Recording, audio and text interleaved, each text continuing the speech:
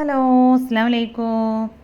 അപ്പോൾ ഈ ഒരു മാമ്പഴക്കാലത്ത് നമ്മുടെ പച്ചമാങ്ങ വെച്ചിട്ട് സിമ്പിളായിട്ട് തന്നെ ചെയ്തെടുക്കാൻ പറ്റുന്ന ഒരു അടിപൊളി റെസിപ്പിയുമായിട്ടാണ് കേട്ടോ ഞാൻ വന്നിട്ടുള്ളത്. അപ്പോൾ അതിനായിട്ട് ഞാനിവിടെ ഒരു പച്ചമാങ്ങയാണ് എടുത്തിട്ടുള്ളത്. അപ്പോൾ അത്യാവശ്യം നല്ല മൂത്തിട്ടുള്ള മാങ്ങയാണ് കേട്ടോ ഞാനിവിടെ എടുത്തിട്ടുള്ളത്. അപ്പോൾ ആദ്യം തന്നെ നമുക്ക് ഈ ഒരു മാങ്ങയുടെ തൊലി മുഴുവനായിട്ട് ഒന്ന് കളഞ്ഞെടുക്കാം. അപ്പോൾ അതാ നമ്മുടെ മാങ്ങ മുഴുവനായിട്ട് ഞാനിവിടെ തൊലി കളഞ്ഞെടുത്തിട്ടുണ്ട്.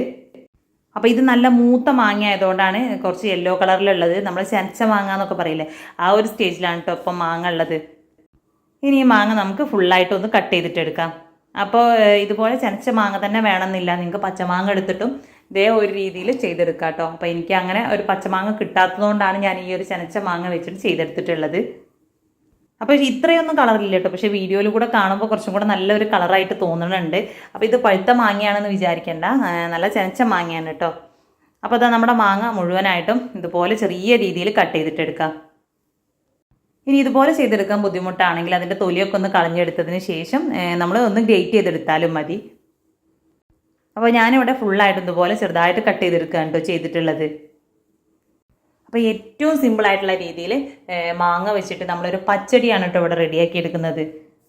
അപ്പോൾ ഇതിൻ്റെ പ്രത്യേകത എന്ന് പറഞ്ഞിട്ടുണ്ടെങ്കിൽ നമ്മൾ ഇതിലേക്കുള്ള മാങ്ങയൊന്നും വേവിച്ചെടുക്കുന്നില്ല.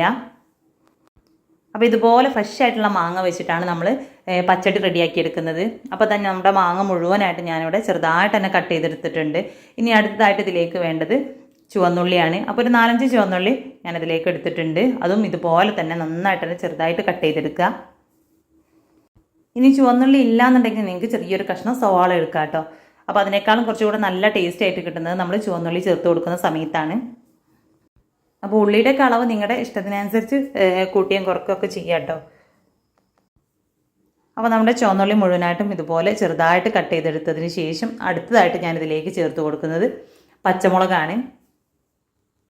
അപ്പോൾ എരിവ് എത്രത്തോളം വേണോ അതിനനുസരിച്ച് നിങ്ങൾക്ക് പച്ചമുളക് ചേർത്ത് കൊടുക്കാം. അപ്പോൾ ഞാനിവിടെ 2 പച്ചമുളക് ചെറുതായിട്ട് തന്നെ കട്ട് ചെയ്തിട്ട് ഇതിലേക്ക് ചേർത്ത് കൊടുക്കുന്നുണ്ട്. അപ്പോൾ എരിവിന് നമ്മൾ ഈ ഒരു പച്ചമുളക് മാത്രമാണ് ഇതിലേക്ക് ചേർത്ത് കൊടുക്കുന്നത്. ഇനി കൂടുതൽ ക്വാണ്ടിറ്റിയിൽ കൂടുതൽ മാങ്ങയൊക്കെ വെച്ചിട്ട് ചെയ്തെടുക്കുകയാണെന്നുണ്ടെങ്കിൽ എല്ലാത്തിൻ്റെയും അളവ് നിങ്ങൾ കൂട്ടിയെടുത്താൽ മതി. അപ്പോൾ നമ്മുടെ പച്ചമുളകും ചെറിയുള്ളിയൊക്കെ നന്നായിട്ട് തന്നെ പൊടിയായിട്ട് ഞാനിവിടെ അരിഞ്ഞെടുത്തിട്ടുണ്ട്. ഇനി അടുത്തതായിട്ട് ഇതിലേക്ക് ടേസ്റ്റിന് വേണ്ടിയിട്ട് നമുക്ക് ഉപ്പ് ചേർത്ത് കൊടുക്കാം. അപ്പോൾ ഒരു 1/2 ടീസ്പൂണിനടുത്ത് ഉപ്പ് ഞാനിതിലേക്ക് ചേർത്ത് കൊടുത്തിട്ടുണ്ട്. പിന്നെ അടുത്തായിട്ട് വേണ്ടത് തേങ്ങാപ്പാലാണ്. അപ്പോൾ നല്ല തിക്കായിട്ടുള്ള തേങ്ങാപ്പാൽ ഞാനിവിടെ ഒരു 1/4 കപ്പ് ഇതിലേക്ക് ചേർത്ത് കൊടുത്തിട്ടുണ്ട്. അപ്പോൾ ഒരു 1/2 കപ്പ് വരെ തേങ്ങാപ്പാൽ ഇതിലേക്ക് ചേർത്ത് കൊടുക്കുക കേട്ടോ. അപ്പോൾ കുറച്ച് നല്ല ലൂസായിട്ടാണ് നിങ്ങൾക്ക് ഈ ഒരു പച്ചടി വേണ്ടതെന്നുണ്ടെങ്കിൽ അതിനനുസരിച്ച് തേങ്ങാപ്പാൽ ഒഴിച്ച് കൊടുത്താൽ മതി. അപ്പോൾ ഞാനിവിടെ കുറച്ച് നല്ല തിക്കായിട്ടാണ് ഇത് റെഡിയാക്കി എടുക്കുന്നത്. അതുകൊണ്ട് തന്നെ ഒരു 1/4 കപ്പ് തേങ്ങാപ്പാൽ മാത്രമാണ് കേട്ടോ ഇതിലേക്ക് ചേർത്ത് കൊടുത്തിട്ടുള്ളത്. അപ്പോൾ തേങ്ങാപ്പാൽ ചേർത്ത് നന്നായിട്ട് മിക്സ് ചെയ്തെടുത്തതിന് ശേഷം വെളിച്ചെണ്ണയിൽ കടുകും വറ്റൽമുളകും കറിവേപ്പിലയും കൂടെ താളിച്ചിട്ട് ഇതിലേക്ക് ചേർത്ത് കൊടുത്തിട്ടുണ്ട്. ഇനി എല്ലാം കൂടെ ഒന്നുകൂടെ മിക്സ് ചെയ്തെടുത്ത് കഴിഞ്ഞാൽ നമ്മുടെ മാങ്ങാ പച്ചടി ഇവിടെ റെഡി ആയിട്ടുണ്ട്. അപ്പോൾ ഏറ്റവും സിമ്പിളായിട്ട് വീട്ടിലുള്ള കുറച്ച് ചേരുവകൾ മാത്രം ചേർത്തുകൊണ്ട് ഒരു 5 മിനിറ്റിൽ തന്നെ നമുക്ക് ഈ ഒരു പച്ചടി റെഡിയാക്കി എടുക്കാം. ശരിക്കും നമുക്ക് തീ പോലും കത്തിക്കാതെ ഈ ഒരു പച്ചടി റെഡിയാക്കി എടുക്കാം കേട്ടോ. അപ്പോൾ കറിവേപ്പിലയും കടുകൊന്നും താളിച്ചൊഴിച്ച് കൊടുക്കേണ്ട ആവശ്യമില്ല. അതിന് പകരം കുറച്ച് പച്ച വെളിച്ചെണ്ണ ചേർത്ത് കൊടുത്താലും മതി.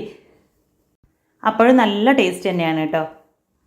അപ്പോൾ ഇന്നത്തെ മാമ്പഴപ്പച്ചടി അല്ലെങ്കിൽ മാങ്ങാ പച്ചടിയുടെ വീഡിയോ നിങ്ങൾക്ക് ഇഷ്ടമായിട്ടുണ്ടെങ്കിൽ ലൈക്ക് ചെയ്യുക. നിങ്ങളുടെ ഫ്രണ്ട്സിലേക്കും ഫാമിലിയിലേക്കും ഒക്കെ ഒന്ന് ഷെയർ ചെയ്ത് കൊടുത്തിട്ട് മാക്സിമം സപ്പോർട്ട് ചെയ്യുക കേട്ടോ. ഇപ്പോൾ നമ്മുടെ മാമ്പഴ സീസൺ ആയതുകൊണ്ട് തന്നെ എല്ലാവരുടെ വീട്ടിലും മാങ്ങ ഉണ്ടാവും. അപ്പോൾ എന്തായാലും ഒന്ന് ട്രൈ ചെയ്ത് നോക്കാൻ മറക്കരുത്.